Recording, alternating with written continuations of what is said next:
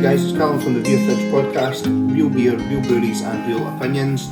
The Beer Fridge Podcast is sponsored by Beer 52 and This Week in Craft Beer. And welcome along to another beer review video. This time we're going to be looking at Storm Shadow from Buxton Brewery. It's their Imperial Stout, rocking up at a massive 8.5% ABV. So this is one of the latest beers that's become available to us locally in the supermarkets, even though it's been out for quite a while. I believe this beer was released by Buxton in about April, so a bit of a strange one as to why it's taken so long to sort of make its way out and about into the majority of supermarkets. Probably blame COVID, as we do for everything at the moment. So let's just crack on, none of the bullshit, and let's get it into the glass, see what's what.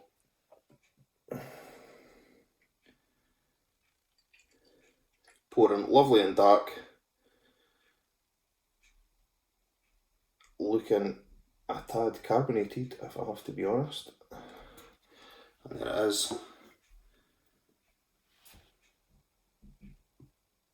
Certainly black enough to be a Imperial Stout by the looks of it, but if I'm honest, a little bit worried about this carbonation. Let's get the old beak in. Yep, so generic coffees and chocolates and all the words that we all associate with any kind of stout.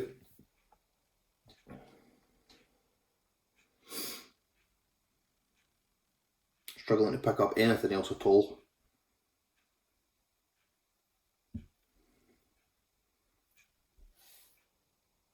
Keeping its head relatively well for the start anyway, so we'll just give it a wee taste and see what happens.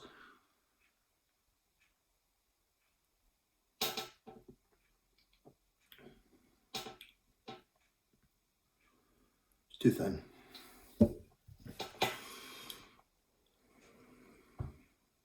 Yeah, I think it was right to be worried about the carbonation on that one. It seems a little bit over carbonated for me for an Imperial Stout, and doesn't have that luxurious mouthfeel that I would have associated with it. It's, for me, an Imperial should have some sort of residual body to it, and a big mouthfeel that seems to be lacking somewhat for me.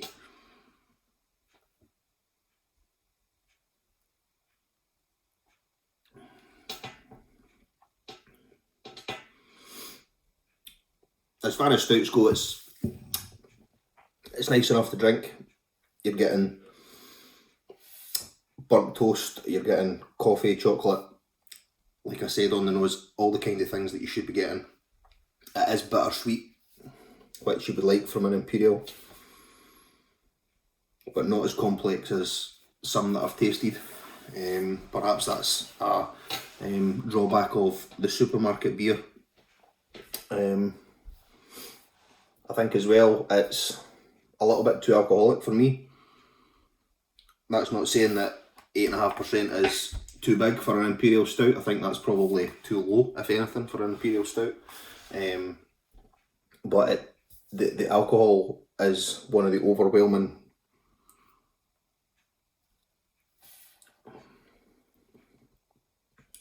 the alcohol is one of the overwhelming flavours that you get, which I don't particularly enjoy.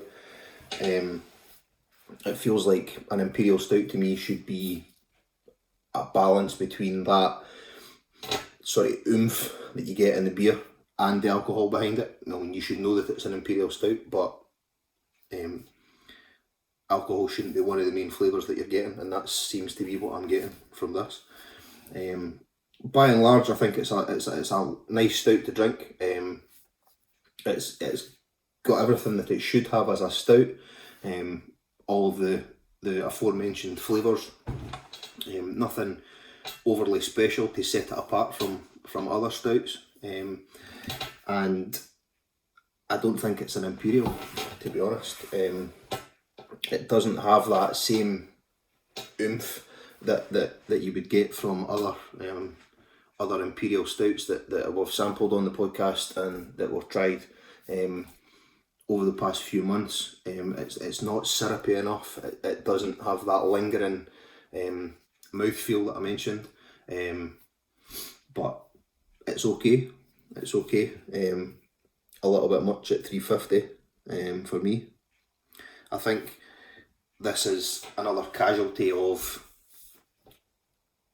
supermarket beers. So breweries striving for that ABV, and I think what they tend to be doing is slapping that imperial tag on a beer, just so that they can justify a higher ABV than you would get from your normal supermarket beers, and the higher price tag.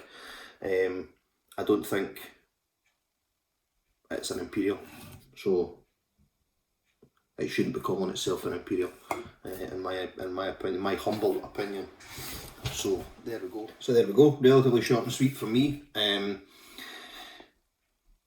loath to criticise breweries that are bringing craft beer to the masses and that are trying to broaden their repertoire and get that beer out there that's not readily available to a lot of people. You know, I'm certainly someone that doesn't get out, you know, that can't get to bottle shops and specialist shops as often as I would like. So I, like a lot of people, rely on the supermarket craft beers to see me through, and it's nice to see them bringing out beers like this.